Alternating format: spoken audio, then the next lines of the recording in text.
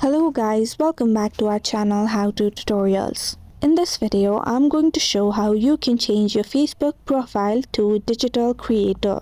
So without further delays, let's get straight into the video. First and foremost, you'll have to open the Facebook app on your device and also make sure that you're already logged into your account. Now on the top right corner of your screen, you can see a three-lined icon. Tap on it and you'll be led to your menu section.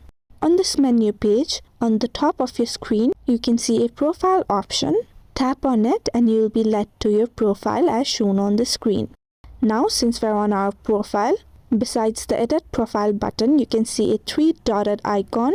You'll have to tap on it, which will lead you to your profile settings. Similarly, on the screen, you'll be able to view the last option, turn on professional mode.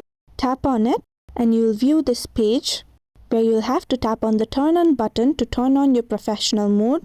This will allow you to get paid for your content, see content insights, and let more people follow you. After that, on the screen, you'll see this button to set your default post audience to public. You'll have to tap on this and your default post audience will be set to public. Then tap on the continue button.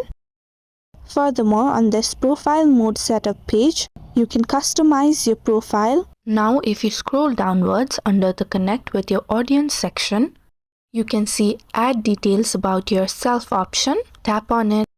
Then you will be led to this page where you can edit your details. Under the category section, you can see that my profile is already set to digital creator. But if you want to set it to digital creator, you'll have to tap on this edit button as shown on the screen. Then you will be able to choose your profile category. You can also choose it from the suggested list down below, but if not, you can simply tap on the search bar and type DIGITAL. After you type just digital, you'll see the digital creator option just below the search bar.